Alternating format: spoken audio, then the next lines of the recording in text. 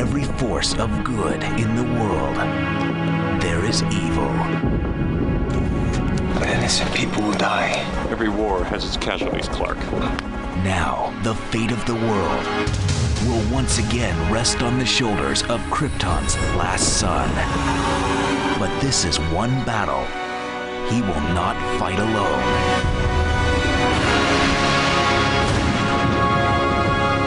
Where have you been? Everyone's freaking out. We're on the street. Someone saw Batman last night. Not now, Jimmy. Wait, I want you on that Batman story right away. Olsen, get in here.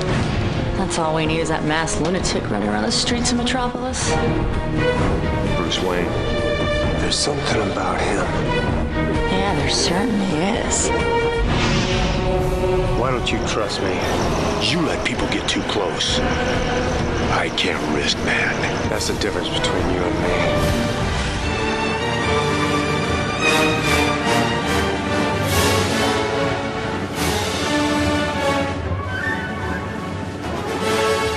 Hi, everyone, and welcome once again to Geekfest Rants. My name is Carlos Perone, and joining me today I have Tom LaSousa. Hi, Tom. How are you?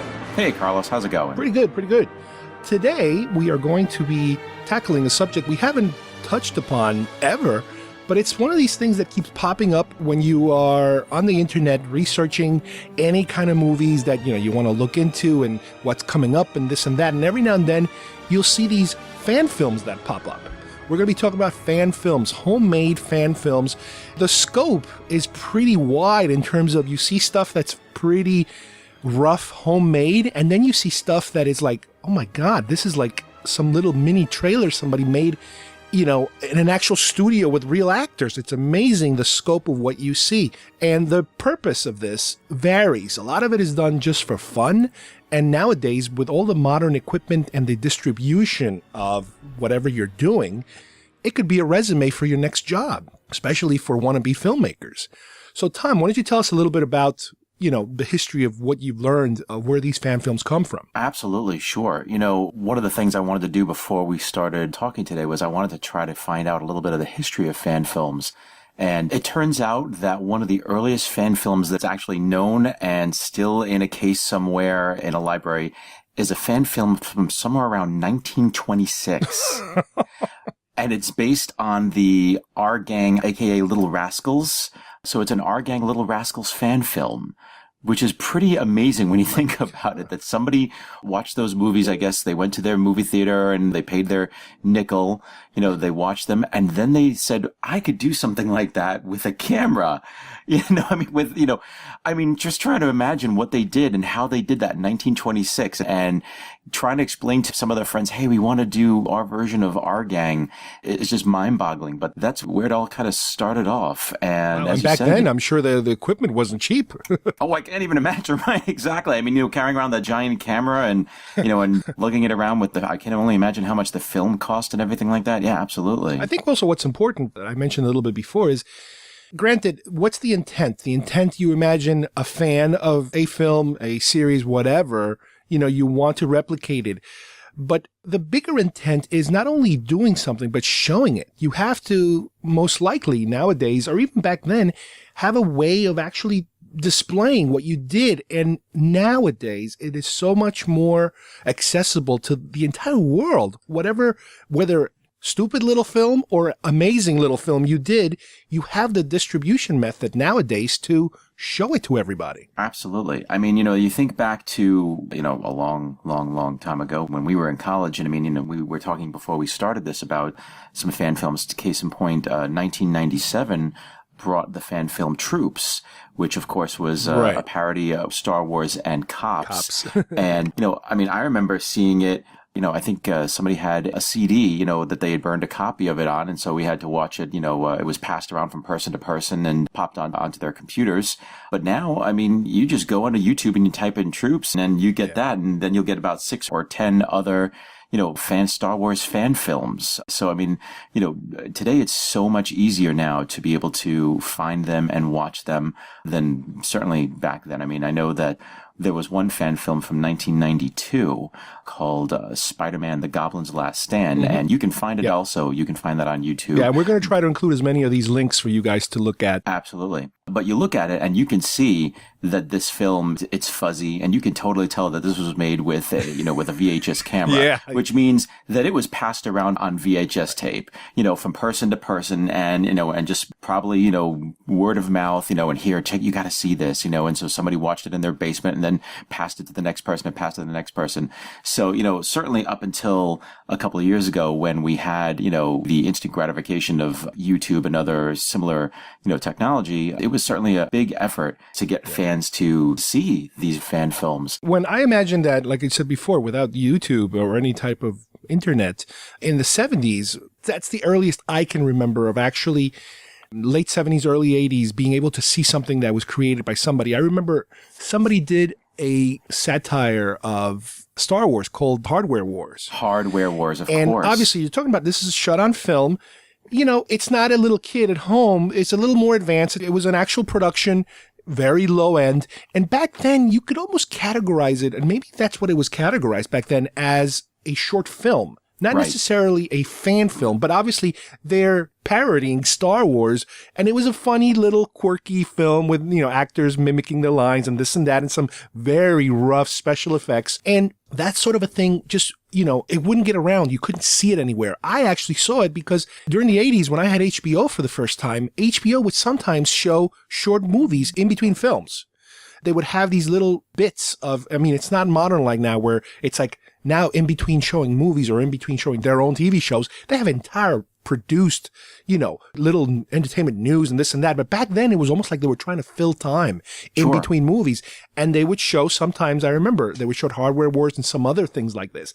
And back then, again, there was no outlet for that. You could not, what are you supposed to do? It's kind of like when you watch the Oscars and you see, and the Oscar goes to for best short film, and you're like, where do they have these films? Where do you go to see them? Even today, you have no idea where to see these short films. Granted, a lot of the Oscar-nominated short films are serious or comedy. They're not really parodies or fan films of something that already exists. But it's like, where are these things? And like I said before, in the 70s, who the hell knows how you would see these things? However, in the 80s, with the advent of VHS, if you go to conventions, you always had a guy who had all the bootlegs from every country, every work print ever created. And amongst that, you could find some compilation of fan films that obviously they weren't purchased. They were just passed around, like you said before, from friend to friend. And sometimes somebody would make enough copies and then sell them at conventions. So before, the internet, as far as I'm concerned, conventions was probably one of the easiest and only places that you could pick up this stuff. Absolutely, yeah. And as a matter of fact, I remember going to a couple of conventions myself, like 1989, 1990, and seeing a couple of those booths and the guys selling those videotapes. And, I think that is probably why some of the folks like Warner Brothers and Marvel and Lucasfilms, that's probably why they get a little possessive now about their source material.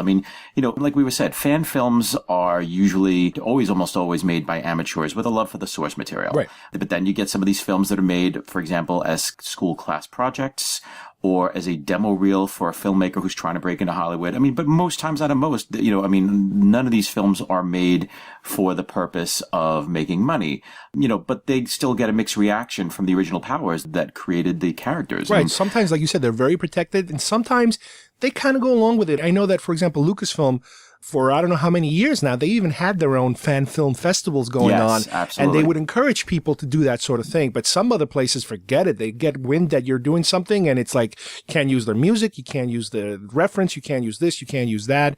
Usually associated with a big studio, that sort of thing. Right, absolutely. And I guess to a certain degree I can understand. They have a lot of money writing on these characters and these concepts.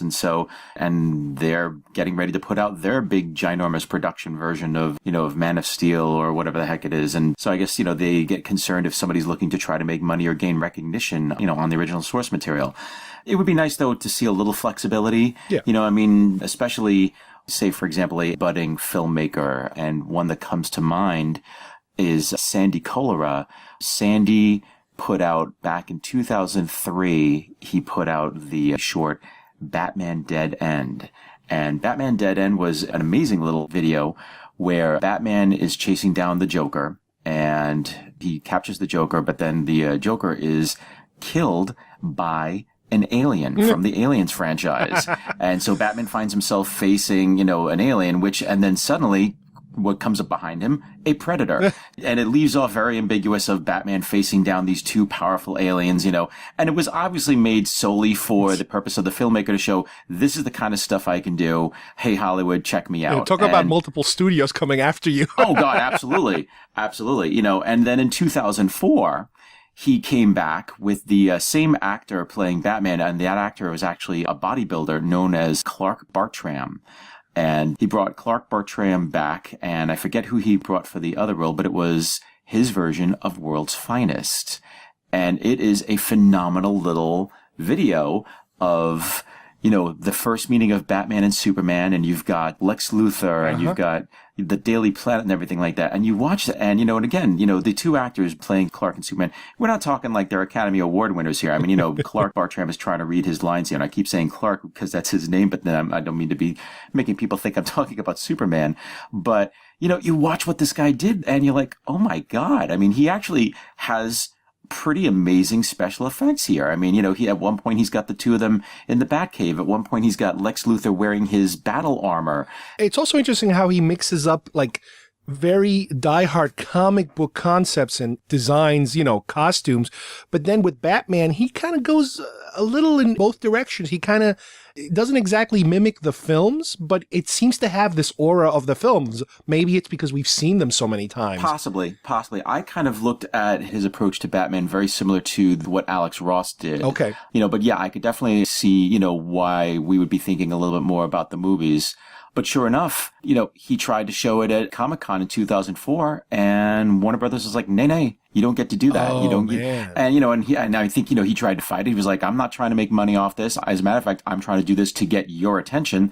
And they said no, so, but that hasn't stopped everybody from seeing it. Again, jump onto YouTube. You can type in World's Finest. You'll find it easily. And as far as I know, even on YouTube, when a lot of times, let's say, for example, somebody sneaks a camera into a trailer being shown and it makes it to YouTube, a lot of times the studio, all they got to do is get on a phone and say, YouTube, take that off, and they take it off. Sure. But when it comes to these type of films, at least they haven't gone after people through YouTube, as far as I know. Right. No, I haven't seen anything like that happen. I mean, very rarely does it disappear off of YouTube. I think at that point, they pretty much just let it go. But I mean, there have been occasions that I've heard where there have been a few that have been taken down for whatever reason or another.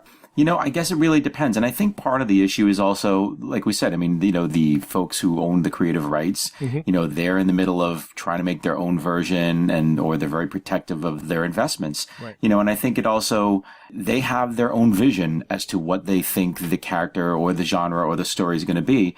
And I think a lot of times it conflicts with what this fan film is, what it comes out with. And like we said before, also, a lot of times they're kind of secretly, openly, they're just a fan film just for everybody to have fun. But a lot of times they are resume reels, basically. Sure. The guy who did Troops, I believe, ended up working in Hollywood. And I think he actually even wrote one of the episodes of Clone Wars when they used to have Clone Wars on the air. I believe you are correct. So, yes. It's a combination. And I'm sure it works both ways. It's like, who doesn't want to be discovered, so-called, from one of these films? Everybody probably does. Absolutely. Of course. But then you have some very dedicated fans right now who have been making an ongoing fan series based on Star Trek. Oh, yeah, that's right. I think there's actually two. I think it's Star Trek Phase 2 and Star Trek Continues. And both continued the adventures of the original 5-year mission. Both have received unofficial endorsement from a number of the former actors and scriptwriters. And some of the actors have even appeared. Yeah, that's when it gets weird. That's when it gets really bizarre. And I remember something similar also happened with Richard Hatch, the guy from Battlestar Galactica. Yes. Before the revival of Battlestar Galactica, he was trying to revive the show himself. And I think he even went as far as coming up with some kind of trailer. I don't remember seeing it fully, but he actually, like you just mentioned, he got some of the ex-actors to participate, and he would go around pitching this demo reel. And it's like, well, now, is this a fan film or is it a full-blown, a business pitch? Right. Absolutely. Yeah, no, I remember seeing that, and I remember you're right. It was just before BSG, the new series, started. And yeah, and I think he even had the original Baltar as one of the characters in Wow, this that demo must have been a reel. long time ago because that guy already died. Oh, yeah, absolutely. Right. But yeah, I mean, going back to the Trek thing, the one thing that caught my attention was that James Doohan's son, Christopher Doohan, is actually playing Scotty in one of those two extended series. And that's a case now where, from what I can tell, and I'm sure, like you said before, I'm sure that on some base level, somebody in either one of those two groups is probably doing this and saying, hey, maybe somebody recognizes me. But as far as I can tell, they just really love Star Trek, and they really love the original series so much. This is just a complete and utter labor of love, nothing else intended other than just saying, we just want to have fun. We just want to make these. We want to continue it. We want no money from anybody. And just, if you like them, you like them. If you don't like them, don't watch them. Oh, definitely, definitely. Let's go through some of the other ones. I noticed that, you sent me that list of all these links, and some of these are like so amazing in terms of the detail they put into them.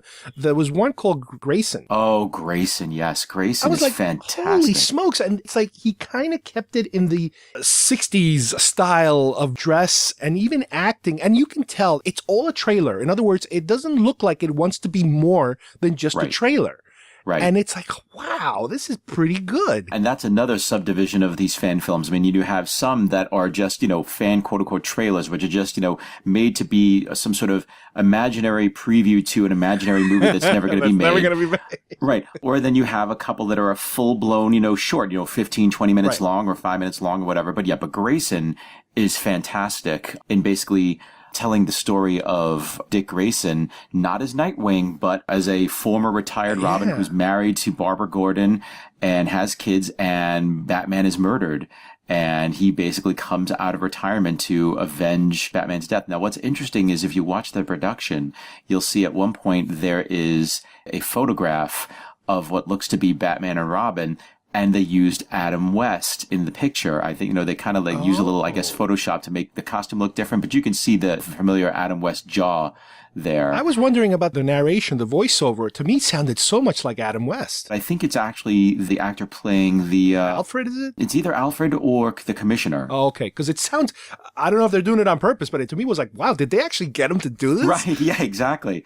So you kind of get the feeling like, oh, they're kind of, it's sort of tied into the old 1960s series until the guy who's playing the Joker comes around, you don't want to sleep after seeing this guy's face. Yeah, I mean, that was fantastic. The makeup on this guy, I mean, it was somewhere across between Jack Nicholson and Alan Moore's, Killing Joke.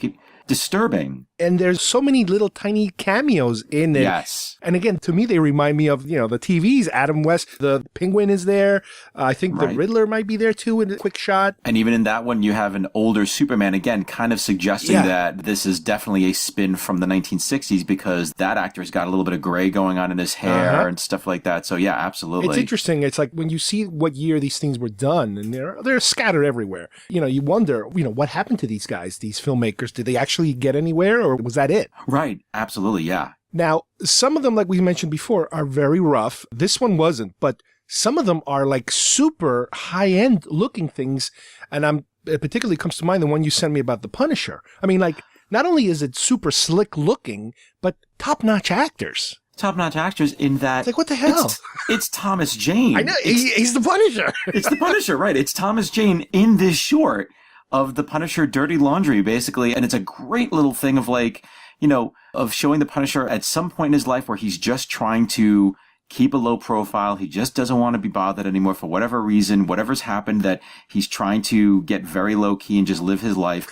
And just no matter what he does, he just can't. This is who he is, and he hears a crime happening and he just snaps right back into it. But yeah, I believe this is one of those cases where this was a fan film where Thomas Jane, I think, was kind of, and the people involved in it were trying to say, you know what, we can definitely do a Punisher film, and we can do it the way the Punisher does. We can treat the material the way it deserves to be treated because... So you mean this was done before he did his Punisher film? No, this was actually done after. Oh, okay. This was done after. So at this point now you've had Dolph Lundgren's laughable version of the Punisher. Yeah. Then you have Thomas Jane's outing, which wasn't horrible, but I mean, it still wasn't 100%. You watched it and you're like, okay, I can see they're trying now, but it's not quite the Punisher. And then they had that other one that they, I guess the last 2 years or so that they really... this other actor that's not as well known. Right. And they really tried again. They tried to bring it, to bring it all together, but it still wasn't quite exactly there. And so I think this was sort of like, the response of like, let's show that we can find the actual spirit and essence of the Punisher. And hey, we can actually get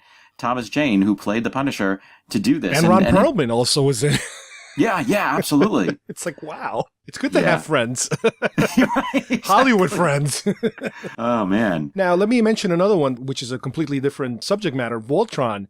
I remember the show. I don't think the show ever made it to any kind of live action anything. It's been in Hollywood hell for ages now. I mean, you go onto IMDb or you check Wikipedia and you'll see plenty of comments about, and plenty of posts of it's still somewhere there. They're still thinking about it. They're still working on it. They wanted to come out, but, it never happens. And I don't know if it's actually ever going to happen. But that's why it made it kind of neat to see this little short fan film based on Voltron. It's funny because it's like, if you think about it, because of the nature of the film itself, they really don't have to go too crazy in terms of special effects because it's just the guy waking up. And then at the end, you kind of realize what you're dealing with in terms of, okay, there's one big special effect shot at the end. Right. But I mean, like nowadays, I would imagine, forget in terms of saying, oh, it's so difficult to shoot something like this. We don't have the technology. You can do this. I mean, look at what Pacific Rim just did in terms of big giant robots, Absolutely. So I guess it's just a matter of seeing if there's any interest in that sort of thing. But the person who did it, is it just a fan or is it somebody who's trying to get hired? I don't know who the filmmakers were, but I do believe that the actor who plays Lance... He looks familiar. He is actually an actor. He's been in a couple of things, and I cannot recall his name at the top of my head, but he has definitely been in one or two things. Okay, so I didn't imagine that. No. But like you said, it's interesting how, some of these come out, and it's just, kids or adults our age just wanted to do it, and then once in a while you see these, and you're like, wait a minute, that's Jimmy Doohan's son, or that's Thomas Jane. How the hell did these people get? And like you said, it's just got to be a matter of you just end up having the right Hollywood connection or something like that to pull this off. Well, that's the thing. It's all subgenres because, in other words, it goes from being just a couple of kids with a camera to you start to cross the line into the pitch. You're pitching something to the studio. Right. You're showing them, and don't get me wrong, a lot of things are done that way. If you can show them that you can create a quality product for X amount of money, they're more likely to, hire you and let you have a shot at it than just showing them a script or sending them a letter saying, hey, listen, I want to do this and that. And when you show them something, it gets them a little more interested. Absolutely. Like we said before, I mean, a lot of these films are, of course, made out of labors of love. But honestly, who wouldn't want to post this on YouTube and then, a couple of days later, Marvel or Warner Brothers or New Line Cinema, any of these are calling up going, hey, we saw what you made. We'd love you to come down and direct our next film. And it happens. Now, granted, I think it happens more when you're dealing with somebody who does a film that is not exactly a fan film, a label-specific fan film. In other words, this past year, they released the remake of Evil Dead. The director for that did a little, kind of like a tribute to giant robot invading city type of film, a little tiny film, and threw it up on YouTube. And all of a sudden, they said, hey, listen, come to Hollywood. We have a film we want you to do. And it's your typical, Cinderella story of how somebody gets discovered. And holy crap, for every one that does that, I'm sure there's about 150,000 more that don't get hired. Absolutely. But in his particular case, he didn't say, I'm doing a Godzilla film. I'm doing a, something that has an actual label. He did a generic, giant robots invading the city. And he was hired. So I have a feeling that these type of films, not only the generic ones and the fan films that are specifically targeted to, your particular love of whether it's a comic book or a movie or whatever, they're just going to keep increasing and increasing because there is that potential that somebody will discover you. Yeah, no, absolutely. I think that's certainly, like we said, that's a perk of making these films for sure. I actually wanted to ask you about one of the ones you sent me, which was the Asylum film. Talk about dark and weird. Yes, very disturbing. And I believe that was the foreign one, if I'm not mistaken, wasn't it? Yeah. Now, I was wondering, is it really foreign or was it made to look foreign and sound foreign just to make it even weirder? No, I believe that actually is, in fact, a foreign-based film. Absolutely. I'm pretty sure it was Spanish, but like Spanish, like from Spain Spanish. Yes, no, absolutely. And that's not the first time that I've seen one of these fan films I've seen from another country. And this is like dark, comic book dark. Absolutely, yeah. Like very, very, very surreally dark. But I've seen a couple of other fan films. I mean, Japan, they've put a couple out as well, based on certain anime and stuff like that. It's very popular around the world. I mean, it's a great thing that gets a lot of people, that gets all your friends together, to have a lot of fun and to be able to put your own spin on the character or the genre. And I think that's one of the biggest things that happens. I mean, let's say we went to go see the 3 Batman movies, and we've seen the Avengers, and we've seen the Man of Steel, and, and we liked them. But at the same time, you sit there and you're like, you know what, I could, it's not quite my Batman. It's not quite my Superman, Then you watch This World's Finest and you're like, wow, that's the Batman I want to see on the movies. I want to see the Batman in his gray suit with the cowl that he pulls over his head, instead of he doesn't have to struggle to put it on his face, and he's not wearing, Batman doesn't wear battle armor, or something like that. He doesn't have to put on the makeup. Right, exactly. I mean, that's Hold on, I'm coming. I'm airbrushing my eyes. Right. Exactly. I'll be right there. Or even, we didn't talk about Spider-Man Goblin's Last Stand. Now, that was from 1992 or 1990 or something like that. And that was made by an individual. And that's based on the death of Gwen Stacy storyline. And I mean, you look at that costume, you could tell that that's somewhere a combination between somebody grabbed that from a costume shop and cobbled the rest of it together. But, I always have this vision, in my head of the comic books. And I want to see, Spider-Man, show up in the first movie in a costume that doesn't quite look perfect. I mean, like the Amazing Spider-Man that came out a couple of years ago, everybody was joking around because it looked like the costume was made out of basketball material. And we're like, how the hell does Peter Parker know how to do this? Yeah, he's sewing something. It's like, you're right. Come on. Right. But at least this, it's more believable because you look at it and you're like, yeah, okay, it kind of looks a little homemade, but maybe that's what a superhero's costume should initially look like at first. It should look a little homemade. At least with Batman, or at least the Dark Knight films, that this guy is so unbelievably rich that he's importing the best materials in the world, and somebody, and it's not him, is sewing this thing together. Right. Absolutely. Absolutely. But I think that it's nice to see these fans, take what they really love. I mean, you look at them, honestly, most of these fan films, when they take the character, or when they take the genre, when they take the series, they're putting their own spin on it. But half the time, it's a lot closer to the original source material than these newer versions are, than these big Hollywood productions are. Well, because the Hollywood productions, they try to do everything. They want to be completely original, but they also want to honor the certain targeted markets in terms of, well, we want to target the old fans, we want to target the new fans, we want to target the kids that have never seen it before, and then they end up with a mishmash of stuff that is not anything specific. It's just a combination of everything. Right. But with the fan films, like you said, you have a fan who's very niche fan of a certain type of whatever, whether it's an era or a style, and they can go completely nuts with it without having to please other people. I think that tends to get, and I think doing that, the big Hollywood productions, I think that sometimes gets in the way of trying to complete the finished product. Like you said, I mean, they're trying to cater to so many different bases and groups and age demographics and everything like that, it gets watered down a little bit. Whereas here, this is Batman. This is the Batman I know. The Batman I know wears gray. The Batman I know, is this build, or even like in That World's Finest. I mean, you look at the guy who plays Superman, and he was another bodybuilder, and I've always, whenever I think of Superman and I think of Clark, Clark to me, should be this big, kind of big looking guy, but at the same time, he plays himself off as being, I'm a clumsy old farmhand from Kansas. So you kind of ignore the fact that I'm this big guy in this, in this 3-piece suit going to, hunching over my typewriter. I mean, that's certainly not to disparage, like, say, for example, Christopher Reeve, who would put on muscle for Superman, but at the same time, he wasn't what we remember, when we looked at the comics. He wasn't like built, but I think that these fan films, they want them to be as close as possible to what we all kind of remember, when we open up a comic book. This is what these characters look like. This is what they should look like. This is how they should translate when I make my fan film. Like you said, they don't do this and go, oh, we should worry about the 45 to 55 age demographic. We shouldn't worry about the 7 to 8. They say, let's just do this for the fans. I'm a fan, and I think this is what the fans want. How will this play in Kansas? I don't care. Right, exactly. Yeah.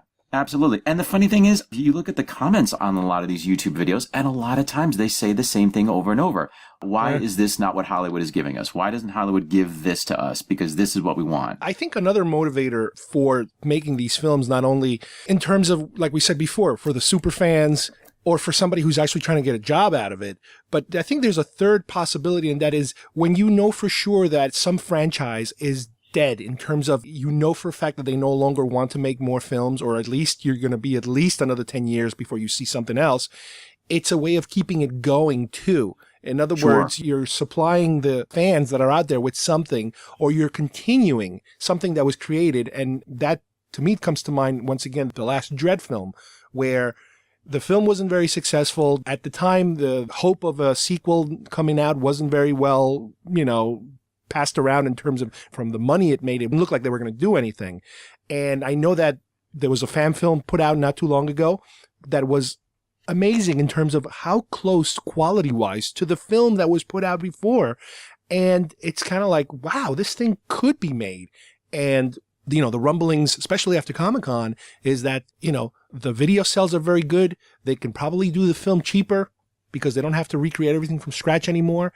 And you have fan films that are being made that are so close to the quality that it might be something that helps them spark, a green light in order to have, more of these films be made. Absolutely. And that's the best case scenario if you think about it. The same thing happened during that gap in Doctor Who. I mean, Doctor Who ended in 89, and then we got the 1996 movie. But then, the show wasn't rebooted until 2005. Yeah, it took a while. But in between that, there was more than a share of Doctor Who fan films. People just wanted to keep the spirit of the series going, and so they created all their different iterations of the Doctor continuing his travels. And, like you said, I think, that maybe for all we know, that may in itself, helped contribute to the resurgence of the series. I mean, the massive fan base plus seeing that all these people are putting out these movies and there's clearly a call for it certainly brings attention to the people with the power and the people with the creative rights to these things. So next thing you know, boom, you've got a new series or a new movie started. And that's really, if you think about it, that's the most honest, best outcome of these fan films. If you think about it, you don't want to go into it thinking that you're just creating a resume reel for yourself, because that's kind of like a selfish thing. Sure. And to be able to honor something you love, and it in some way, whether it's very small or even large, contributes to a studio or somebody saying, you know what, there is an interest, people love this, let's keep it going or bring it back. That's perfect. That is just perfect. Yeah, absolutely. Well, Tom, let me first of all thank you for joining me today. This was an excellent subject that you suggested, and hopefully we can do some more in the future. And, as more of these fan films pop up, let's talk about them, because I wouldn't be surprised if, somewhere down the line we can do another roundup of these films, because I can only imagine this is going to be more and more because of not only, homemade CGI effects are incredible what people can do. It's just a matter of how creative, writers and home filmmakers can be.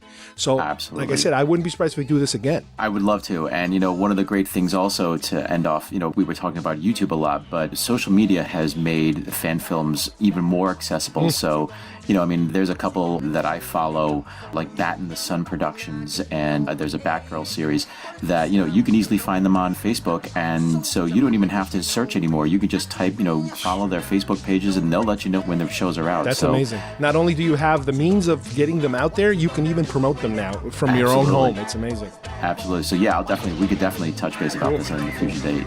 Well, thanks again, Tom, and thank you everybody for listening, and we will see you here next time at Geekfest Rants. Bye-bye, everybody. Troops is filmed on location with the men of the Imperial Forces. All suspects are guilty, period. Otherwise, they wouldn't be suspect, would they? I joined the Empire about 6 years ago. I can remember as a kid, watching the holographic images and being excited about the new direction that the galaxy was taking. So when I was old enough, I went down to the local recruitment center, and signed up. And I've been here at Tatooine ever since. Most people would call this the ass end of space, but I like the small town feeling you get around here. I mean, we know everybody. And I feel I can really make a difference here. We got a routine stop here. We have a report of some stolen droids, and we think these might be it. Excuse me. You want to come over here, please? Yeah, I'm talking to you. Whose droid is this? Stop.